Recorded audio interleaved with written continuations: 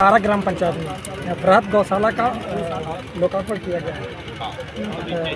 क्या कहना चाहेंगे इस पर, ग्रामीणों के लिए क्या लाभ है? तो आप जनता का लाभ है, लेकिन अब आपका बतावा चाहिए था कि हमारी सरकार की प्राथमिक व्यवस्था है, जिसमें हम हर साल में कम से कम पूरे उत्तर प्रदेश, पूरे उन्नाव जिले, पूर्व विधानसभा के अंदर मिला के हजारों गौशाला का उद्घाटन हम लोग रोज कर रहे हैं और आने वाले समय में बृहद से बृहद गौशाला लगातार निरंतर बनाने का काम करेंगे, क्योंकि सरकार चाहती है कि जो भी आवारा जानवर हैं, जो किसानों को परेशानी हो रही है, छोड़ा जबकि उन्होंने ही है, लेकिन फिर भी हम उसको सब अपने एंड में लेते हैं और अपनी तरफ लेकर हर गांव में बड़ी बड़ी बृहद गौशाला बनाकर उनमें उनको संरक्षित करके उनके खाने रहने की व्यवस्था की जाएगी। उसी में आज ये पारा गांव में उद्घाटन हमने किया। ब्लॉक क्षेत्र की महारानी खेड़ा ग्राम पंचायत में 4 सेट का गौशाला आया, उसके लिए उद्घाटन के लिए अभी तक कई महीने बीत गए, तारीख पे तारीख आती है, लेकिन अभी तक उनको जानकारी नहीं, उद्घाटन हो चुका। जानकारी करो, प्रमुख जी खुद गए थे और उद्घाटन करके आए हैं। अब उस गांव के प्रधान की मानसिकता गड़बड़ है। महारानी खेड़ा तो वही प्रधान है, या तो समाजवादी वाला, उसका कहाँ वो रहने नहीं देगा। वो तो चाहता है कि भाजपा गरी आ जाए, तो हम फिर बनी यहाँ सरकार बनाई लूटी काटी, लेकिन कतई नहीं। मैं ब्लॉक प्रमुख जी को, BDO साहब को निर्देशित करूँगा और उनसे कहूँगा कि जाकर चेक करें, अगर उसमें गाय जानवर नहीं है, चारा की व्यवस्था नहीं है, तो कड़ी से कड़ी कार्रवाई करिए। आज पर्यावरण दिवस के साथ साथ देश के यशस्वी CM योगी आदित्यनाथ जी का जन्मदिन है, क्या कहना चाहिए? अरे हम आज खुश हैं, गदगद हैं। आज के दिन दोनों चीज़ें विश्व लेवल की हैं। उनका बर्थडे भी, जैसे लोग कम पैदा होते हैं, जो गरीब, कमज़ोर, असहाय, समता मूलक समाज के लिए काम करते हैं, दबे कुचलों को आगे बढ़ाने का काम करते हैं, लाइन ऑर्डर पर काम करते हैं, माफिया गुंडों को जेल भेजने का काम करते हैं, उनका आज जन्म दिवस है। और प्लस उसके बाद विश्व पर्यावरण दिवस है। आपको पता है कि बिना पर्यावरण के कहीं भी सांस नहीं ले सकते हो।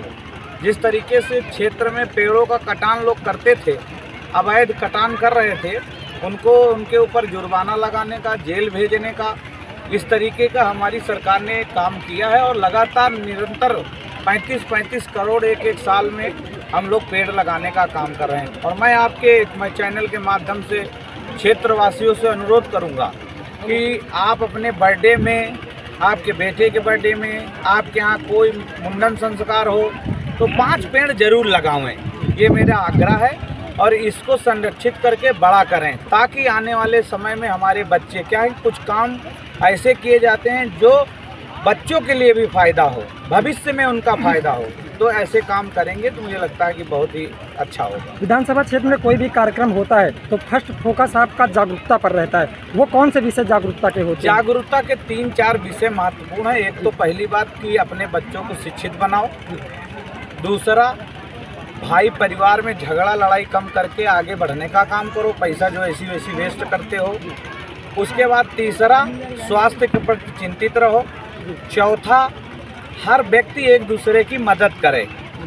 पांचवा सबसे महत्वपूर्ण है कि आप सब लोग चुनाव को चुनाव की दृष्टि से देखकर, जब चुनाव खत्म तो फिर मनमुटाव खत्म।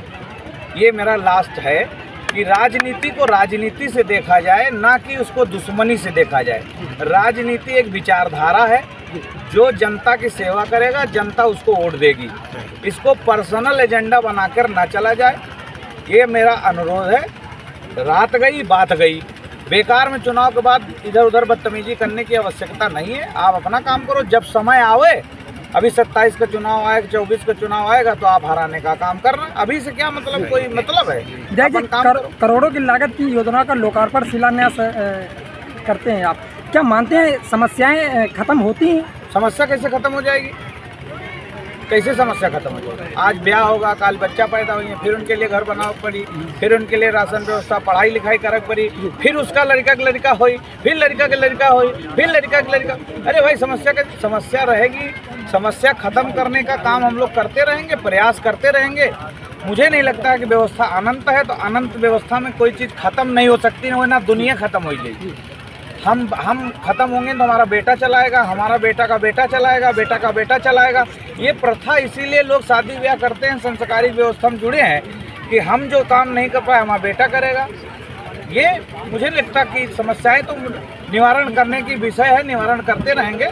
समस्याएं तो आती हैं, बता के थोड़ी आती है, ये प्रकृति की नियत है। विधायक जी, आपको 1.5 लाख जनता का साथ मिला है, ऐसे में आप बार बार भूत वाली बात कहते हैं, इसका क्या कारण है? भूत वाला बात करने के कुछ लोग साजिश करते रहते हैं कि विधायक को मरवा दें, फंसा दें, जेल कटवा दें।